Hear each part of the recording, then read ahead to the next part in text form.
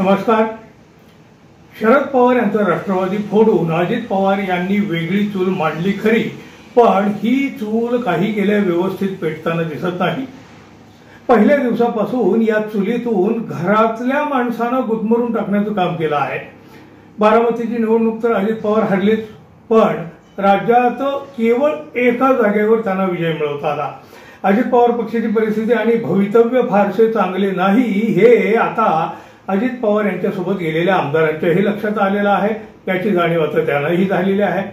लोकसभा निवडणूक झाल्यावर आणि निकालाची दुर्दशा पाहिल्यावर बरेच आमदार घड्याळ सोडून तुतारी वाजवायच्या नादाला लागलेले दिसत आहेत.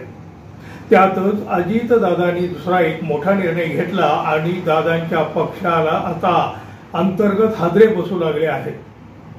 ही तीव्रता वाढीलाही लागण्याची शक्यता आहे. आता येत्या काही दिवसात म्हणजे विधानसभेच्या आधी राज्यात बऱ्याच काही घटना घडणार आहेत, पण अजित पवार यांच्या पक्षात नक्कीच काहीतरी. अजित पवार यांच्या पत्नी सुनेत्रा पवार या लोकसभा निवडणूक हरल्या, पण तिचा हा विषय संपला नाही. त्यांना आता थेट राज्यसभेच्या खासदार केलं जाणार आहे. म्हणजे आता ते अंतिमच झालेलं आहे. त्याने अर्ज दाखल केलेला आहे आणि त्या निवडूनही येऊ शकतात. याच घडामोडीनंतर अजित पवार यांच्या पक्षात आता कुरबूर सुरू आहे. कुरबूर आधीपासूनच काहीसे धुमसत असलेले ज्येष्ठ नेते छगन भुजबळ त्याच्या नाराजीची चर्चा लोकसभेच्या निवडणुकीपासून सुरू आहे. आपण नाराज नाही असं भुजबळांना सतत सांगावं लागत आहे, पण त्यांची जी काही विधानं आली आहेत आणि आज ही जी काही विधानं होत आहेत त्यावरून त्यांची नाराजी आहे हे उघड झालेलं आहे. पुन्हा पुन्हा हे दिसून आलेलं आहे.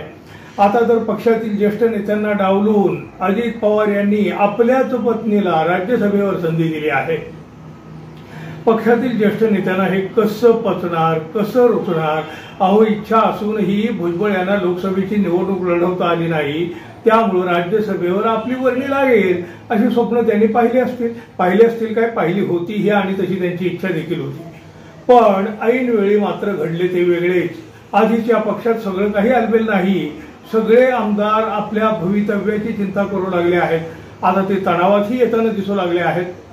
अजित पवार यांच्या पक्षातले 24 आमदार असे आहेत ते कुठल्याही क्षणी शरद पवार यांच्याकडे जाण्याच्या मनस्थितीत आहेत. सगळ्यात आधी ही वेळ छगन भुजबळ यांच्यावर येऊ शकते असं सांगितलं जातं. अहो, आपला गणपती कुठेतरी स्थिर स्थावर व्हावा हा प्रयत्न भुजबळांचा आहे आणि तो चुकीचाही नाही. राज्यसभेच्या जागेसाठी जर आता सुनेत्रा पवार यांची उमेदवारी ठरली म्हणजे आता तो विषयही संपलेला आहे. या उमेदवारीवरून आपण नाराज नाहीत असं भुजबळ सांगत आहेत, पण पक्षांतर्गत बैठकीत मात्र यांनी इथं मोठा विरोध केला असल्याची माहिती बाहेर आली आहे. लोकसभेत पराभव झालेल्या उमेदवाराला मागच्या दारानं राज्यसभेत एंट्री कशासाठी असा सवाल त्यांनी विचारला होता असं सांगितलं जात आहे. या बैठकीत त्यांनी प्रचंड त्रागा केला असल्याची ही माहिती बाहेर आली आहे. राज्यसभेच्या जागेसाठी भुजबळ तर इच्छुक होतेच, पण आणखी काही जण ही इच्छुक होते. त्यात आनंद परांजपे यांची इच्छा होती. भुजबळ यांना आता असुरक्षित वाटणं स्वाभाविक आहे. मराठा समाजाचे घेतलेले शत्रुत्व त्यांना विधानसभेत विजयी होण्यात अडचणीचे ठरणार आहे.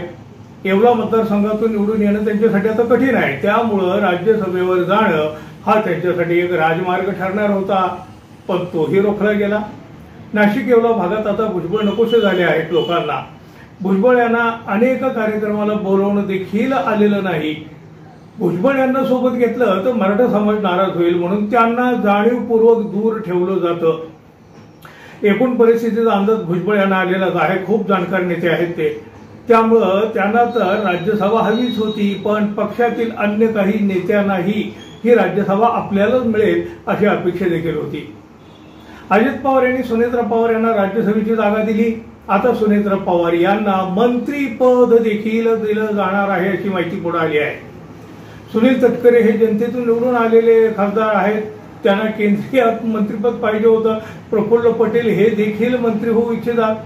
या दोघांमध्ये म्हणजे पटेल आणि तटकरे यांच्यामध्ये पदांसाठी झालेल्या कुरघोड्या महाराष्ट्रानं पाहिल्या आहेत. आता तर या दोघांनाही डावलून सुनेत्रा पवार यांना केंद्रात मंत्रिपद मिळताना दिसतंय.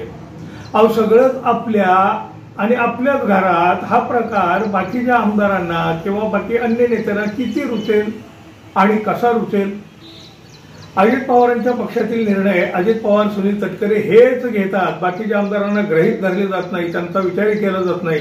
त्याची मोठी खदखद अजित पवार पक्षातील आमदारांमध्ये आहे. भुजबळ नाराज आहेत, आनंद परांजपे ही नाराज आहेत. अत्यंत मानहानीकारक पराभव झाला तरी सुरेंद्र पवार यांना राज्यसभेवर त्यांची वर्णी लावण्यात आली.